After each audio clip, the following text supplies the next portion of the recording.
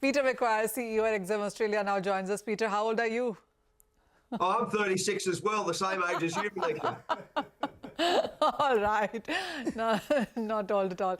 Peter, all right. I'll talk about the crude oil prices now, where we have seen prices actually jump up quite strongly in last 24 hours.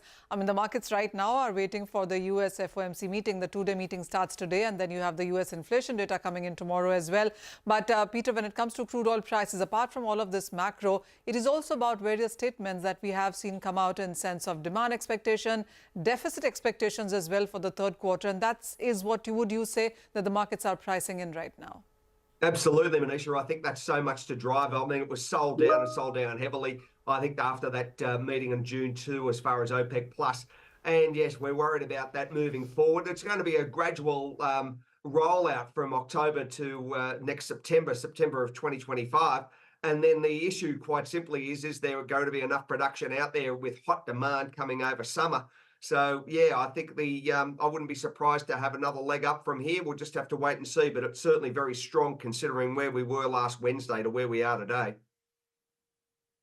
Most of the reports seem to be suggesting that crude prices perhaps will trade within that 75, 78 to 90 to 95 mark on the higher side for this quarter and the next as well.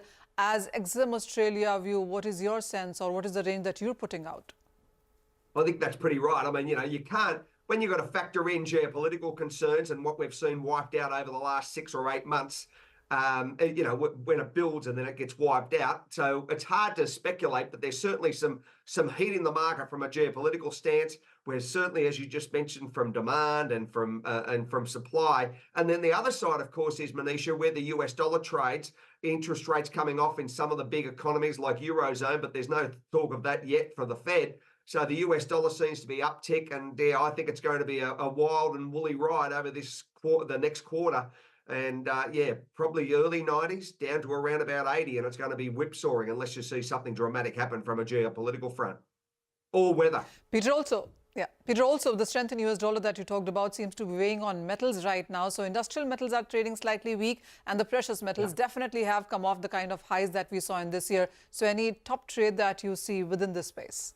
Well, gold got crushed and so did silver. They were sold off heavily in Manisha in the last few days. And of course, when you're looking at copper, aluminium, tin, all of that got pushed down hard over the last week or two. So I think that they'll take a little bit of the wind is out of their sails, but they'll come back. There's no doubting that. We've just got to see how it all moves. But if geopolitics takes off and other concerns, I feel as though gold, its best days are going to be in the second half of the year and not the first half. Manisha, and silver will go for that role as well.